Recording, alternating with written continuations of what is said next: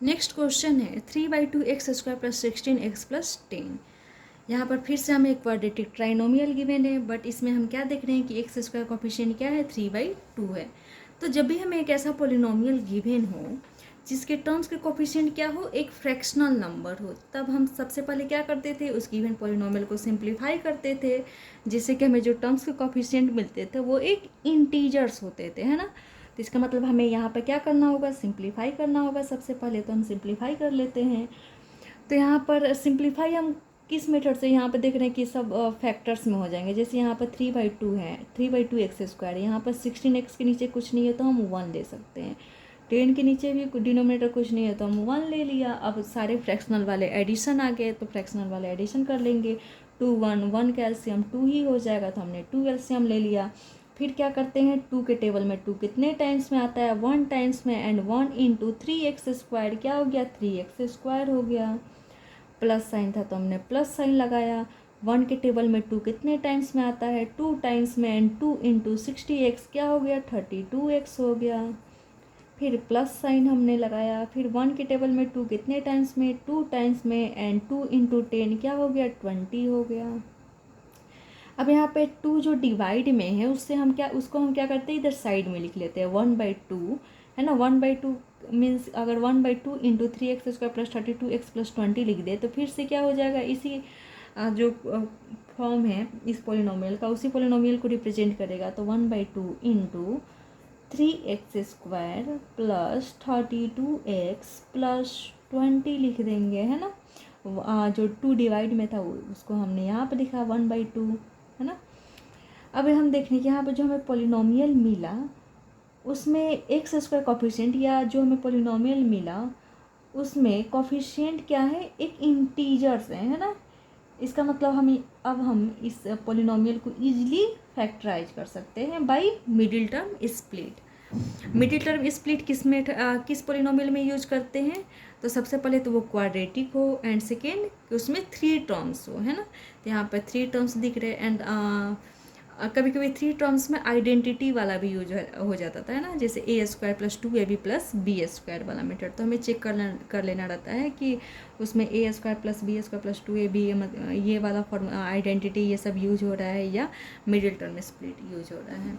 तो यहाँ पर आइडेंटिटी तो यूज होगा नहीं, तो मिडिल टर्म स्प्लिट के थ्रू हमें फैक्टराइज करना पड़ेगा।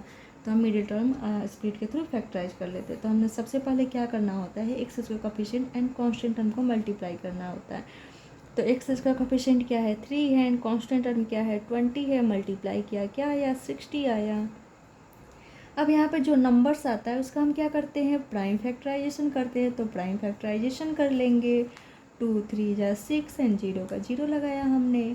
फिर 2 1 जा 2 बचा 1 1 0 क्या हो गया 10, 2 5 जा 10, फिर 3 5 जा 15। हमने इस जो नंबर्स आया था यहाँ पर, जो प्रोडक्ट आया था उसको हमने फैक्टराइज कर लिया। 2 इंटू 2 इंटू 3 इंटू 5, है ना। अब हम इन नंबर्स को ऐसे अरेंज करते हैं कि हमें ऐड करने पे क्या मिले, 32 मिले, है ना। मिडिल टर्म वाला नंबर मिले, ऐड करने पे क्या मिले, 32 मिले, एंड मल्टीप्लाई करने पे क्या मिले, 60 मिले। किसे, इस जो यहाँ पर नंबर्स आए हैं उन नंबर्स को हमें 2 नंबर्स में अरेंज करना होता है ना।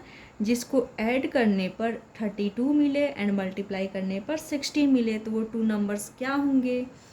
तो यहाँ पे देख लेते, 2 2 जा 4, 4 3 जा 12, एंड 12 प्लस 5 नहीं, 32 तो नहीं आएगा। अब 5 3 जा 15, 15 2 जा 30, 30 प्लस 2 32। इट मीन्स कि 2 नंबर्स क्या हो गए, 30 हो गए, एंड प्लस 2 करने पर हमें क्या मिल जाएगा, 32 मिल जाएगा, है ना।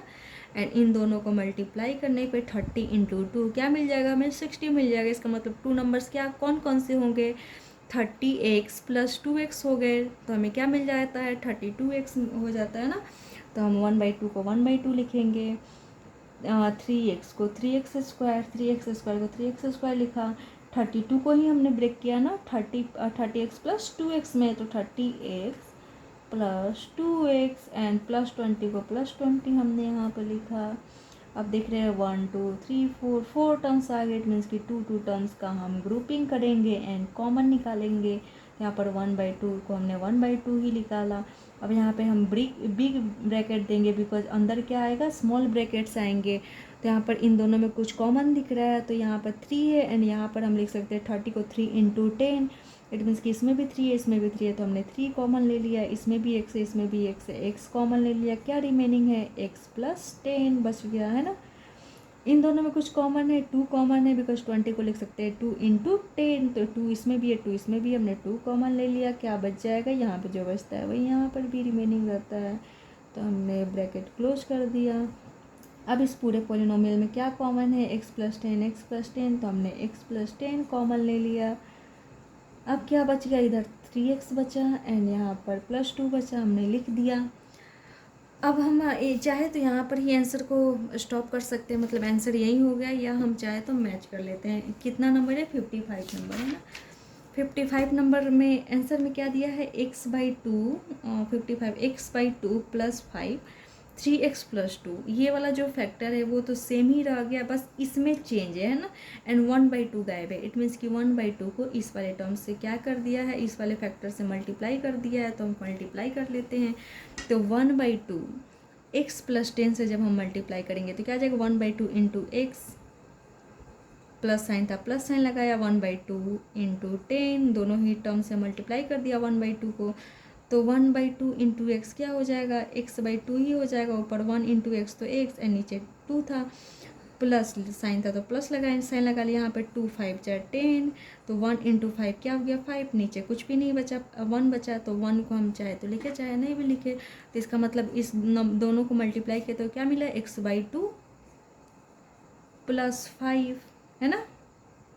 एंड यहाँ पे क्या है, 3x + 2 एंड हमारा आंसर मैच हो गया।